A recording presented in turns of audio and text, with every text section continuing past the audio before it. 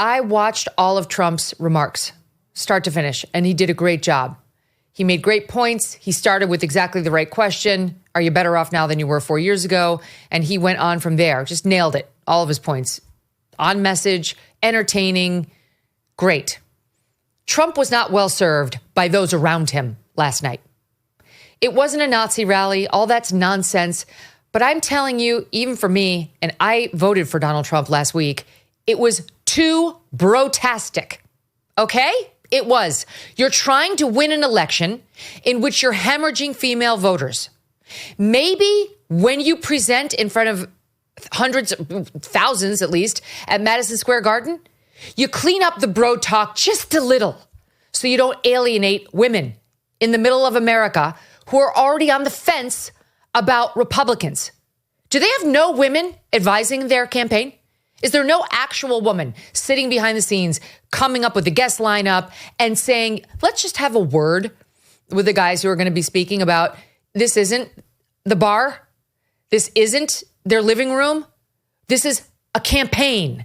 This is politics. We're trying to get him elected. We don't need to rally the base or guys anymore. And it's not helpful, even if we do want to rally the base or guys, to go full off-color insults to different racial groups and so on. I get it. Trust me, nothing that was said offended me. I'm almost unoffendable. But I understand how this plays, especially with women.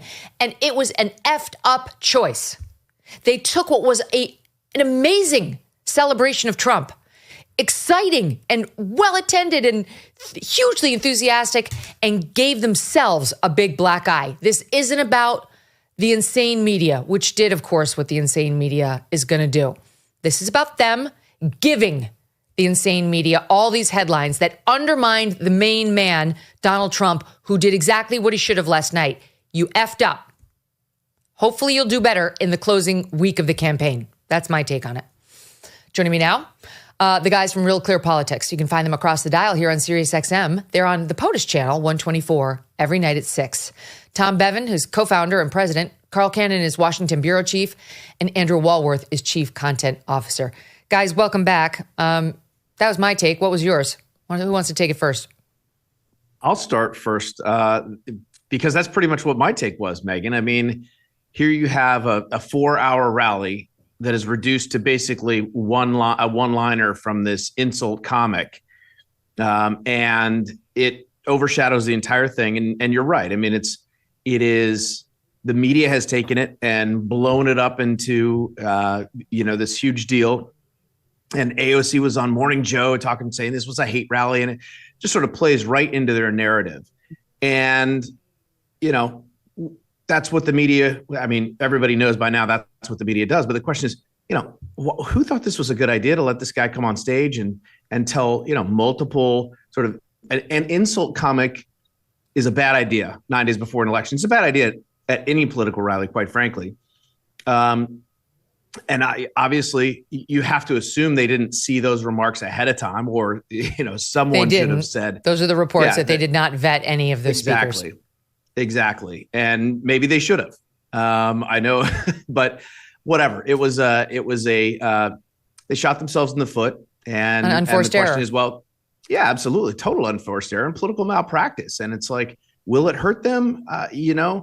Maybe it won't, but maybe it will on the margins. And when you're talking about, voters in swing states where this could come down to 5,000 or 10,000 votes or 20,000 votes in a place like Pennsylvania or Michigan. Yeah, not a smart thing to do.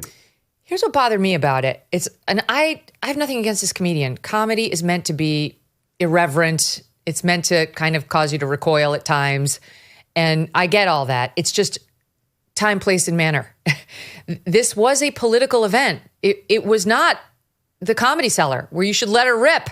And it's fun to offend people. I totally get that. Trust me, I totally get that.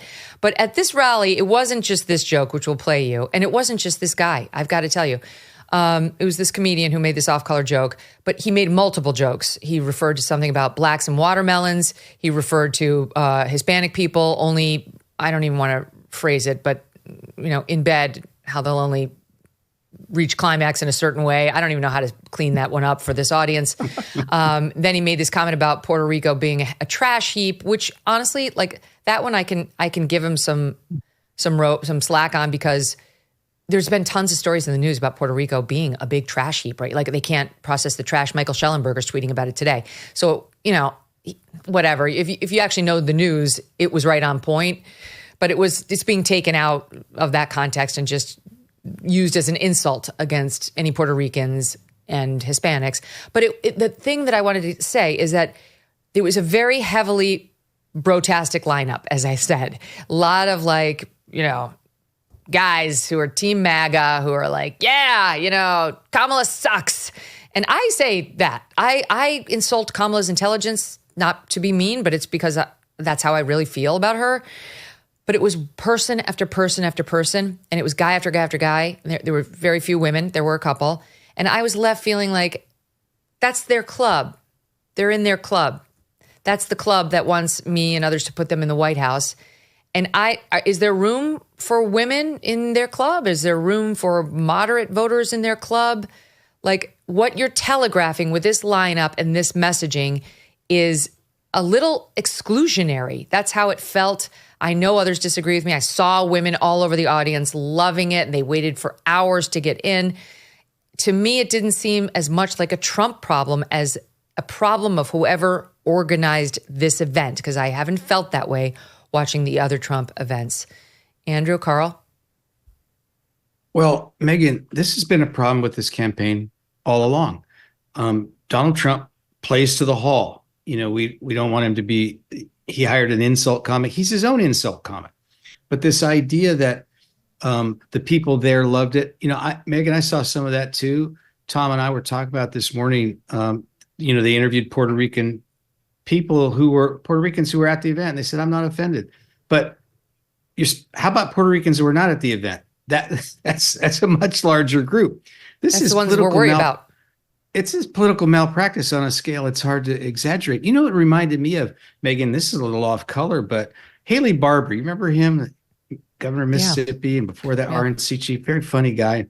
I once interviewed him about a candidate, I think it was Clayton Christensen in Texas, and he said, Carl, people understand a politician speaks all the time, and you're going to step on your dick once in a while. He said, what they don't expect you to do is take it out of your pocket and jump up and down on it. And that's what was going on in Madison Square Garden, in my view. Andrew? Well, I wish that they were channeling what J.D. Vance has been doing for the last couple of weeks. If I'm trying to advise the Republicans, I think if you contrast J.D. Vance's media appearances and the way he approaches these things, if they had a little bit more of that last night, I think they would have been better off. But I agree. And the other problem, I think, is Tony Hinchcliffe. That's the comic. I had never heard of him before. Comedian, yeah. And, this is his national debut, and there's no context for it. So if there, Don Rickles is just because people have been talking about Don Rickles, who sort of did comedy for Reagan. He was a national figure. People knew him. He sort of had his own brand. This is now Trump's brand. I mean, Trump owns this, unfortunately. Now, they have come out and said this joke does not reflect the views of President Trump or the campaign. They're trying to distance themselves from it. But I do believe it's political malpractice that the day after that rally, this is what you have to do as a campaign. Not good. That's right. A week before the vote, when Trump has been on a great roll.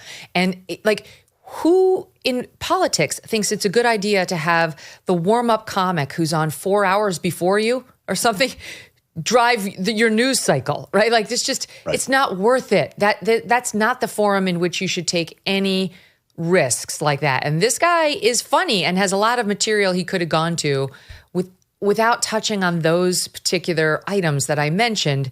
The joke about Puerto Rico, I'll play to you because that's getting a lot of play. Again, take it for what it's worth, because there is a serious problem with garbage in Puerto Rico that's been all over the news, including on these left-wing sites. Michael Schellenberger has been tweeting about it all morning, saying, could you just hold on and have some perspective? I think it's the combination of, all the things he hit, some of which I mentioned, that's leading, to some of the hits on him. Here he is, Tony Hinchcliffe. A lot going on. Like, I don't know if you guys know this, but there's literally a floating island of garbage in the middle of the ocean right now. Yeah. I think it's called Puerto Rico. Okay. All right. Okay. We're getting there. Again, normally I don't follow the national anthem, everybody. Well, I mean, maybe he's right? Was the guy set up for success? Like, if this is his normal comedy routine, who chose him? Who said, that's our guy for this? And then here's just a little bit more of the flavor of remarks that are in the news cycle today now, SOT 7. And these Latinos, they love making babies, too. Just know that. They do. They do. There's no pulling out. They don't do that. They come inside, just like they did to our country. I don't know about you guys, but I think that Travis Kelce might be the next O.J. Simpson. In fact, she is the devil, whoever screamed that out. She is the Antichrist. Her and her pimp handlers will destroy our country. Some sick bastard, that Hillary Clinton, huh? What a sick son of a bitch. Now, some of those guys are friends of mine, and I really like them. My only point, Carl, is like in this context, you want to try to keep it classy, because if you don't, you are giving the other side a beautiful big Christmas gift with a big red bow on it. Yeah, maybe they gave him the election. I don't know how much this is going to swing voters, but Megyn, if you had a new, you and I are both married, so this will, but if you were single and you were dating a guy and you were going to go to his house and meet his parents for the first time, and he said to you, Megyn, my parents have listened to your show and they kind of think you're a Nazi and maybe a fascist. Wouldn't you be on your best behavior during that dinner? Would you say all of the worst things you've ever thought of in your life? No, you'd put your best face forward. And that's what you expect a presidential campaign, any political campaign, to do. And that's not what they did. Mm-hmm. That's the thing, Tom. So it was a total fail as an opportunity. And it was coming off of the Rogan interview, which was gangbusters. I mean, I just thought, I know the left-wing media is like, oh, he sounded rambly, he sounded crazy. I listened to that whole thing. And I thought Trump did great. He was really entertaining. And Joe Rogan did great. Like, the questions were really interesting. We hadn't heard all this stuff discussed before. And all I could think was like, this was totally brilliant. And they got this out the Friday before the final week. And then they just got so excited. They got drunk on their own wine and had the big party before they have the victory. This year, supply chain issues have been more prevalent than ever. Whether it's the result of natural disasters like Hurricane Helene and Hurricane Milton, global conflict, or inflation, the impacts are being felt everywhere. While they sometimes are a minor inconvenience, delays in accessing essential medications can become catastrophic. The U.S. relies on overseas sources for more than 80% of its generic medications. So what happens when there are delays? Or what if supplies are cut off? How will you care for your loved ones and yourself? The Jase case offers peace of mind for you and your family in the face of delays, shortages, and disasters. This is an emergency medication kit containing 5 life-saving antibiotics that treat the most common and deadly bacterial infections. Simply complete a quick online evaluation to ensure you're prepared. The Jase case can also be customized with add-ons like ivermectin, EpiPens, and more. Don't wait. Consider preparing right now. Receive a discount on your Jase case by visiting jase.com and entering promo code MK at checkout. That's promo code MK at jase.com, ensuring you have the right medications exactly when you need them. Thanks so much for watching. If you like what you just saw, hit the subscribe button for more clips and full episodes.